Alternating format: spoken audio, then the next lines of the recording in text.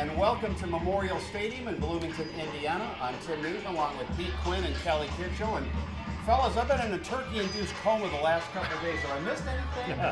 Does this game mean anything today? It's kind of important. Why? What are the implications? Not only the Old Oaken Bucket, which is in and of itself enough reason to get excited today. It's I think I've heard this from several people. There's only two people that felt like Purdue was going to be in the championship game were in this booth. And I'll let you guess who that is. But Purdue is given the perfect opportunity, and kind of reminds me of the last time Purdue went to the Rose Bowl when we were helped out, and all of a sudden we thought we were out, then we were back in if we beat IU. Same thing this year. We beat IU today. Purdue goes to Indianapolis next week and plays the winner, represents the West, plays the winner of the Michigan-Ohio State game going on right behind us. Yep. And that looks like that's going to go down the wire. So we'll know in a couple hours who we're going to play if we win the game.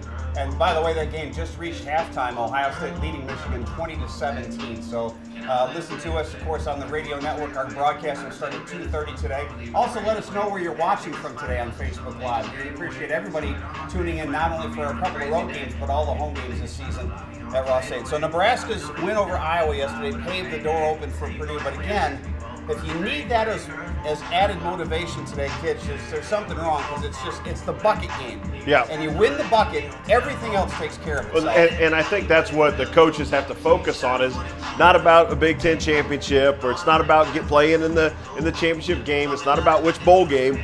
Focus on winning the bucket, because like you said, all the rest of that stuff will take care of itself if you focus on winning the bucket. So, and that's the thing. And this is, Pete mentioned, this is a similar situation we had in 2000, and it's kind of similar teams. I mean, IU's coming off a tough year. They weren't very good that year either, and we were able to take care of business that day very handily. So it's one of those things that Purdue should be able to take care of business, but you never know. It's down here this year instead of a home. It's and IU knows what they're playing for too. Yeah. They're not playing for anything for themselves. They're playing to keep Purdue out of the hopes and dreams and of going to the next playing next week. So it's going to be really interesting. I mean, this is something we've talked about. We thought it would happen last week with Minnesota. We were like, all right, so everybody will know. And then all of a sudden, Nebraska plays out of their minds for a half of football, and then held on last night. And now everybody's like, oh, wait a second, this game means a lot. The weather has been a factor the last 3 times Purdue has teed it up. The weather is perfect today. Now, the clouds are starting to roll in. They are expecting rain here in Bloomington, but not until 9 or 10 o'clock tonight. We're looking at temperatures in the mid to upper 50s with almost no wind. Perfect conditions for a late November game. Ideal, very, very rare to have this nice of weather conditions this time of the year. But I think you're going to see that show up in the stands. We've done a lot of bucket games together. I've never seen traffic like I saw out there. So I do think they're going to have a good following in today's game. I think there's going to be a lot of gold and black, much like if you watched that big game last night, Purdue just taking it to Gonzaga.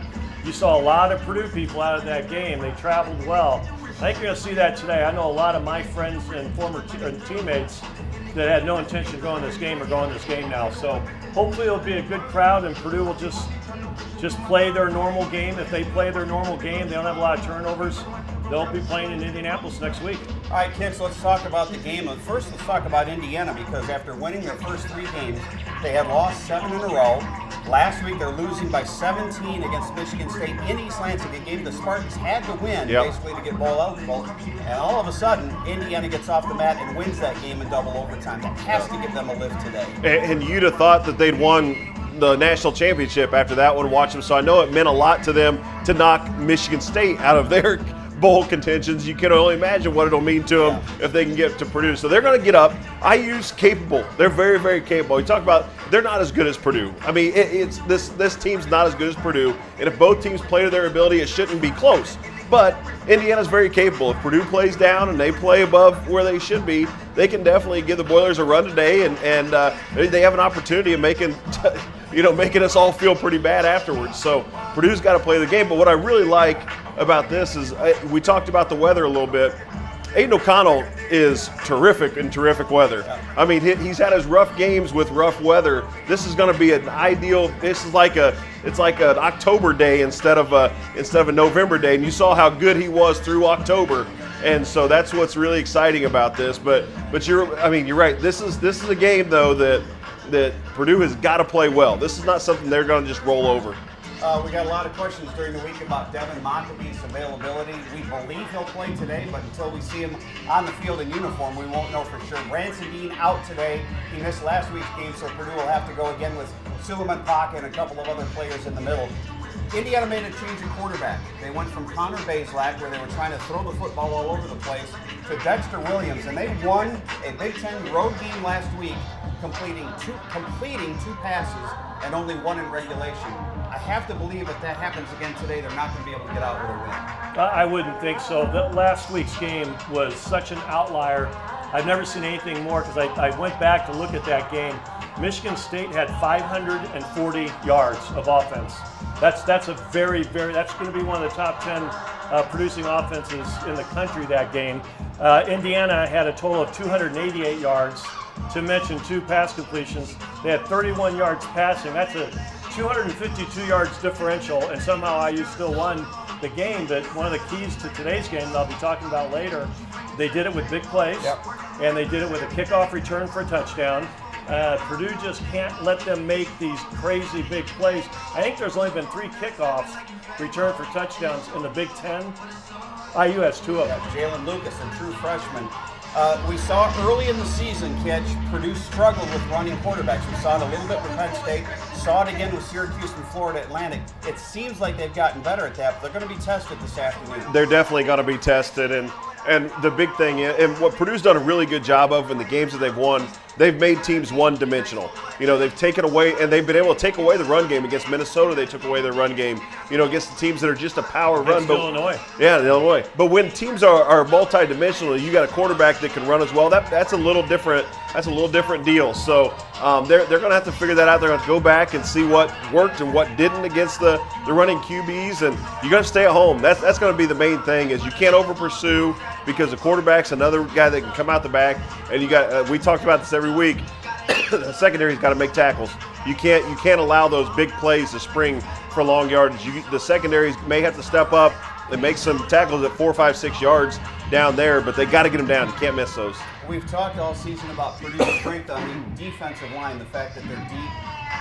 Indiana has really struggled on the offensive line. They've allowed 35 sacks this year. You would hope that the Purdue front 4 will be able to get pressure today when they do want to throw the football without having to bring blitzes. Yeah, you mentioned a key stat, and that's that they've given up 35 sacks, by far the most in the Big Ten. A ton of tackles for loss, so Purdue needs to play aggressive. Kitch just made a huge point. Be aggressive, but be smart. Don't over-pursue. Emotions get in this game.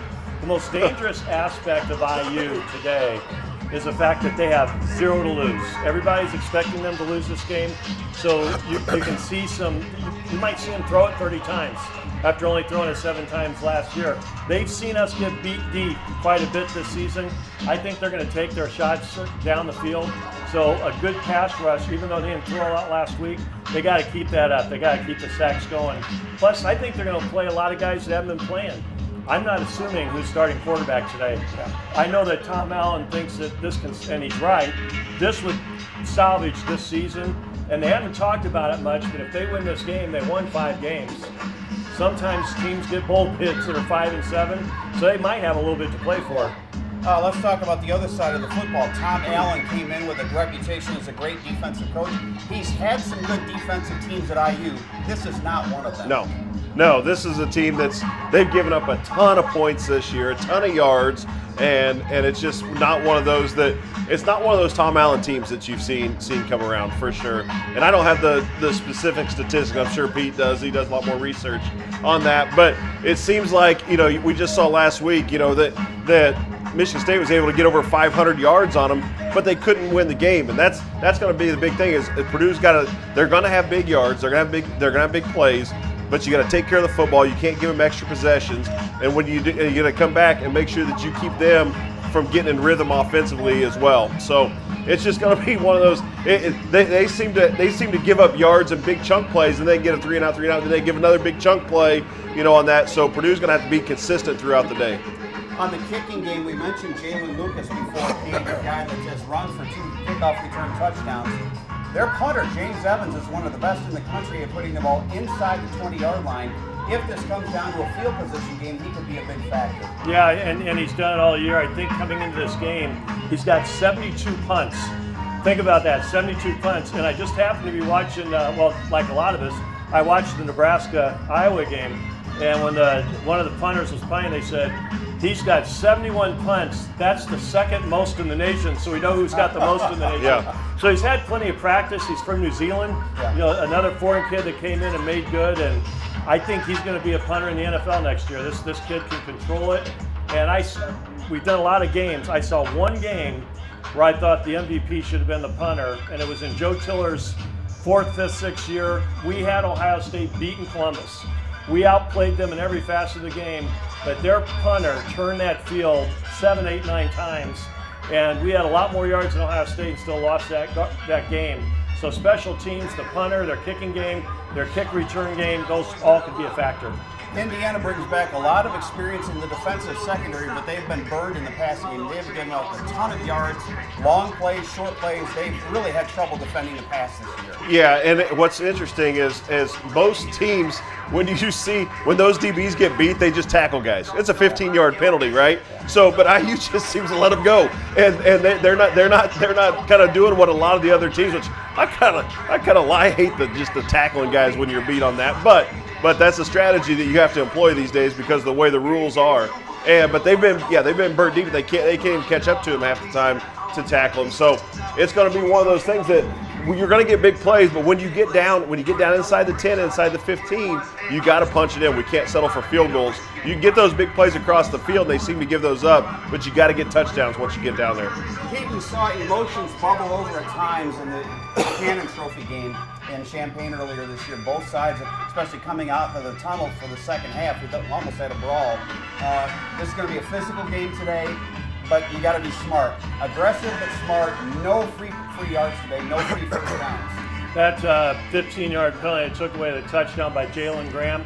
Maybe that will have a silver lining. Maybe that will remind everybody how devastating a penalty can be, because this is every year is an emotional game. There's a lot of kids from the state of Indiana on both sides of the ball today. A lot of kids have played high school ball together. I was looking through the rosters. I think I counted 15 kids on both rosters just from Carmel High School and Cathedral High School. So these guys all know each other. They grew up with each other. They want to be able to go home for Christmas and brag about winning this football game.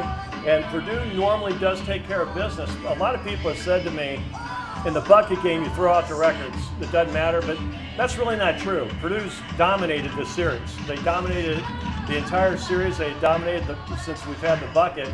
And when Joe Tiller was here, I think he was 10-2. So I'll tell you guys the same story I've been telling all week. You've heard already. But one of my IU buddies, John Damer's a big IU fan, and somebody once told me he hates everything about Purdue. And he goes, that's not true. He goes, in fact, my 2 all-time favorite coaches are Purdue coaches. And I thought he was going to say John Wooden and somebody. And I said, well, that's cool, John. Who are they? He goes, Fred Akers and Daryl Hazel. And, of course, Fred Akers and Daryl Hazel went 1-7 against IU. Throw that out, and it's been pretty much dominated by Purdue. All right, you both have the unique perspective of being in-state players who played in this bucket game. What did it mean? What did it mean and being on both ends of it? The winning and the losing. So I'll answer that about what it meant to me, but I was actually talking to Brady Allen, the Purdue's freshman quarterback, earlier in this week, and I kind of threw out that, I said, hey, nowadays these kids, my kids are playing high school football, they go to camps, they know all the kids throughout the state. They follow them on everything, and they talk quite a bit. And I said, are you close with that freshman class? He goes, actually, we hate each other. He said, once Joe and I committed, he said it was kind of a war between the two because they were upset. They thought they were going to get one of those guys down here. And he's like, we really don't like each other at all. And I said, great. I said, that's what I love to hear, honestly, because you get so many kids nowadays. They're all friends, And I said, I love to have a little bit of ribbon back and forth. But for me, growing up, just this rivalry, I grew up a basketball guy. I grew up in a basketball family. My dad played basketball at Purdue. My brother played basketball at Purdue. Ted, my cousin, played here at IU. So we had a family rivalry going on all the time. We had, my best friend growing up was a big IU fan. We'd call each other after each one of them would win and lose games. But then once I got to Purdue and was playing football, it just intensified that even more. I mean, and yeah, being from the state, it's a pride thing. At least I live in West Lafayette, where there's a lot more Purdue people than there are at U. Pete, down here in Indianapolis, I'd have to. It'd take me a little longer, I think, to come around to being real close with some. I'm just joking with that, but it does mean quite a bit. You know, it's one of those things. We listened to Mark Deal. He was talking about respect. You know, respect of this game and respect for the players and on both sides. And then he ended his talk and he said, "But if Purdue wins, I'm gutted." And that's the same way I am too. You know, if IU finds a way to just gut you as a Boilermaker, and that's just how the game is. You lost the game as a freshman, true freshman, and then didn't lose again. You've been on both sides. What was it like? The loss was devastating, and I've probably told this story in 31 years, but Corso recruited me, and they had a big chalkboard in the locker room where we changed after the game, and I wrote on the chalkboard, "Coach Corso, you'll never beat me again." And I signed my name. I was a dumb little 19-year-old kid. 4 years later, when we beat him for the third straight time, he came up to me and shook my hand and goes, "You were right." And I just thought that was kind of a class move. But losing is really, really tough. And another bad thing that happened to me in that freshman year, we lost the game, which cost us the winning season. We'd win 9 games next year, 10 after that, 9 after that. That would have given us a winning season. I would have had a winning season all 4 years. But we lost that game, and one of the key plays was, you remember we used to go on the shotgun all the time. It was still pretty new then. And we had a fullback who was a senior named John Skabinski, played with the Bears for a while, really good running back. We had a play where he would go right in front of our quarterback, Mark Herman, on the snap, and basically intercept it, and it'd be a running play. We ran it 1,000 times. We fumble on that play, and we lose 30 yards on the fumble. They go in and score. And when I got to the sideline, Coach Young's screaming at me, "What happened?" I said, "I don't know, Coach." And Skabinski said, "He snapped it over my head." And all the coaches started screaming at me, and I felt so horrible for a year. I just thought, I cost us the bucket game. And the next year we started looking at film to play IU, and they showed that play. It hit him right where it was supposed to hit him. And so for 1 year I felt horrible that it was my fault. So if anybody knows John Skabinski, give him a call and tell him to give me a call. That's something to talk about. All right, let's talk about keys to today's game. Discipline, we've talked about, focus, but it's still a football game. At the end of the day, all the emotion, there's going to be a lot of emotion at the beginning. I'm sure there'll be a lot of woofing. When the first whistle blows, it's a football game. What does Purdue have to do to make sure they stay focused and win this game? I mean, that's a good point with the emotion, though. I didn't, you know, we saw the emotions flare up at Illinois. And I think Purdue kind of started a lot of the chippiness on that game. And being on the sideline, they were fired up. They wanted to bring the physicality and wanted to bring it. But Illinois, they retaliated in like an even more, like trying to one up us on some things. And then they got caught. It kind of got ugly there for a while. But they bought right into what Purdue was trying to do. They were trying to get them out of their game plan, get in their head, and they did. Today, I think a lot of it starts with Jalen Graham, because he's the emotional guy on this team. He's probably the most emotional guy we have, and he can be a huge emotional leader for this team, but he can also be a huge emotional guy that can get you in trouble because he has trouble shutting it down when he needs to shut it down as far as talking and different things on the field. So he's got to play at the level that's right here and not go over the edge, right? That's the game of football. If you can play right to that edge and not go over the cliff, you're going to be really, really good. But you can't play low on it, and you can't go over the top. You got to play right to that edge. So I'm hoping that Purdue can push the envelope right to the edge and not go over and let IU get emotional and get the flags and all that if they're going to retaliate. And if not, I hope it's just a really clean game. I mean, honestly, I think there will be some things. I remember one of the years we came here, Coach Tiller said the same thing. It's going to be highly emotional. It's going to happen. We were just talking about this at the bucket luncheon, and Mike Rose brought it up. He goes, "Hey guys," he goes, "you remember that year that Tiller told us to keep our heads, and Mitrione on the first play on their sideline just waylaid the guy?" I think it was Randall L. Haymakers on the sideline. It was a brawl in their sideline, and I said, absolutely. So I mean, it's going to get emotional, but if you do make a mistake, let it pass, settle in, and keep going. All right, you're going to have your your piece of the game about 15 minutes before kickoff on the radio network. Give us a sneak preview on what you're going to talk about today.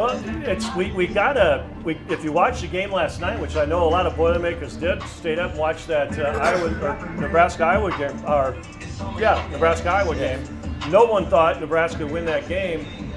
The only way they could possibly win is if Iowa gave it away. I feel that's what we've got here today. Here's Kitch was talking about stats. IU's defense is 14th in the Big Ten. There's 14 teams in the Big Ten, so that means last. They're giving up 34 points a game. 14th in total defense, giving up 454 yards a game. 14th in passing defense, giving up 272 yards a game. 12th in rushing defense. Last in third down conversions on defense. 43% of third downs are converted. Our offense, on paper, should be able to score at will and move the ball at will. So the only key to this game is don't duplicate what Iowa did.